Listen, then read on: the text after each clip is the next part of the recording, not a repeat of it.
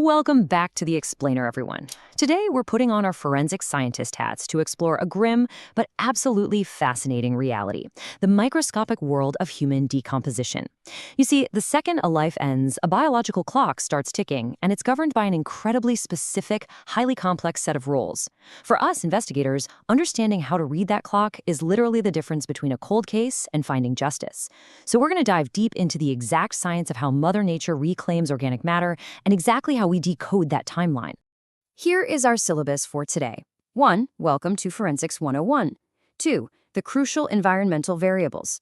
3. Internal variables, looking at the body itself. 4. External variables, like clothing and burial. And finally, 5. The forensic rule of thumb. Okay, let's dive right into this. Section 1. Welcome to Forensics 101. So, putrefaction.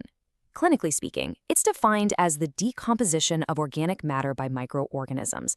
But it's absolutely crucial to get this. We are not just talking about matter passively fading away into nothing.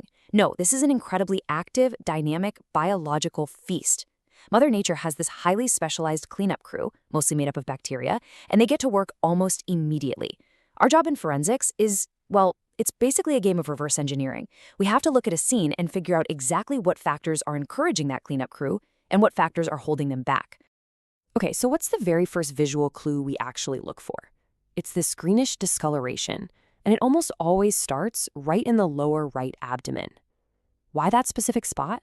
Well, that's the neighborhood of your large intestine, specifically the cecum.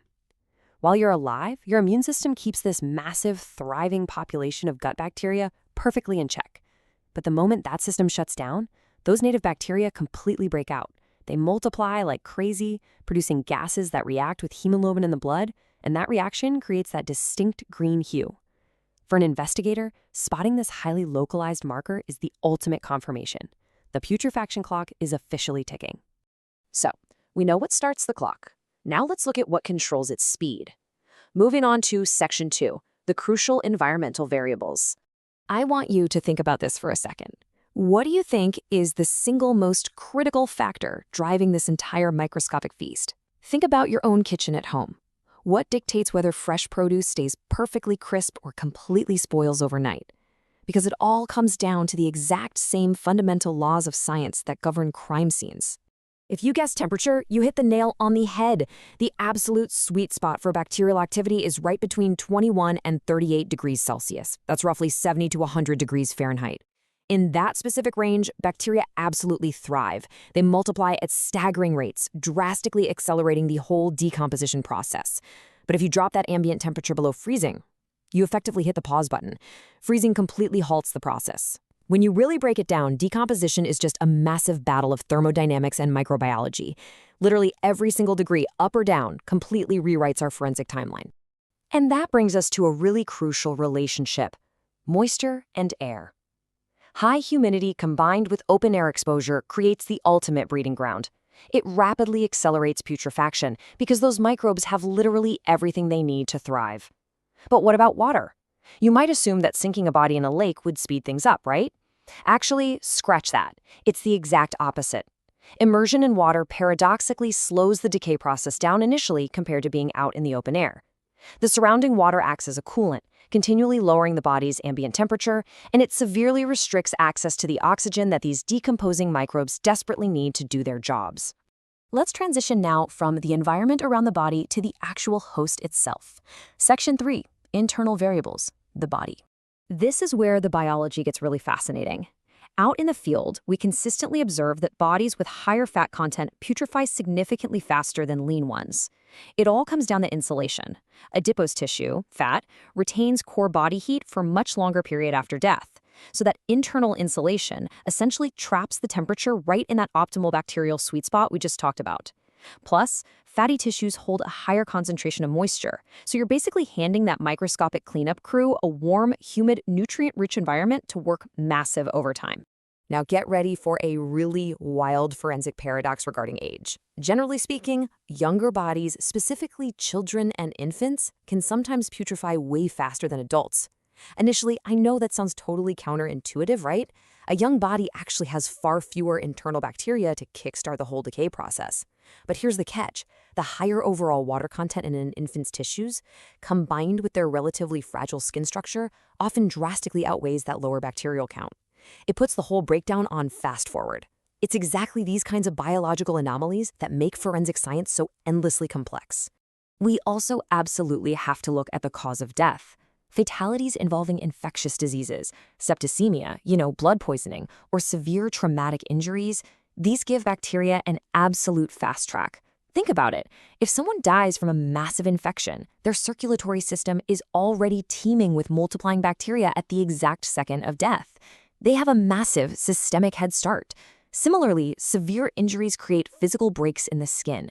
Those wounds act as open highways for external microbes to just bypass the body's natural defenses entirely, while the damaged tissue itself offers an immediate source of easily accessible nutrients. All right, we've covered the environment. We've analyzed the biology. Now we shift to the artificial and geographical constraints surrounding the remains. Section 4, External Variables, Clothing and Burial. Here's the question for you. Why in the world would tight clothing actually slow this process down? Well, it all circles right back to air and temperature. Loose clothing allows for really robust air circulation, constantly delivering fresh oxygen to the surface of the skin, which, of course, accelerates decomposition.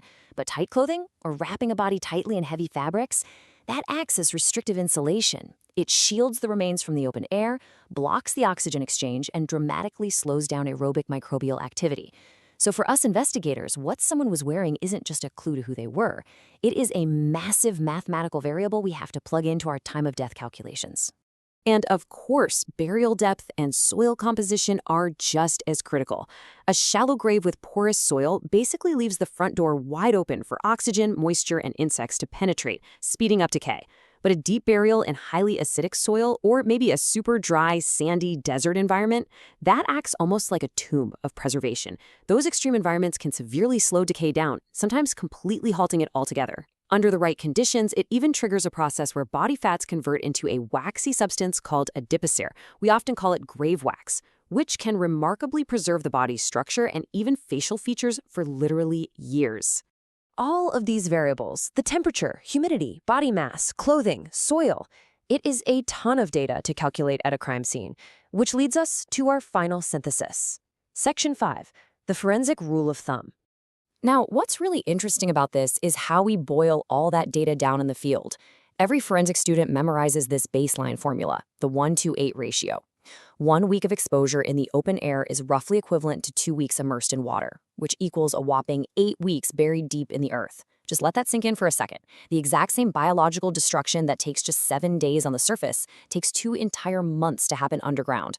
The earth radically preserves evidence compared to the open air, acting as this massive biological buffer against the forces of decay. We've spent this entire explainer detailing exactly how tightly the decomposition clock is tethered to environmental temperature and moisture. So I want to leave you with a provocative thought to chew on. As our global climate shifts, as average temperatures rise, as humidity levels wildly fluctuate, and extreme weather just becomes the norm, how is that going to alter the future timelines of forensic science? Mother Nature's microscopic cleanup crew is incredibly sensitive to the thermostat. And right now, folks, the global thermostat is changing. Thanks so much for joining me on this explainer, and keep questioning the science around you.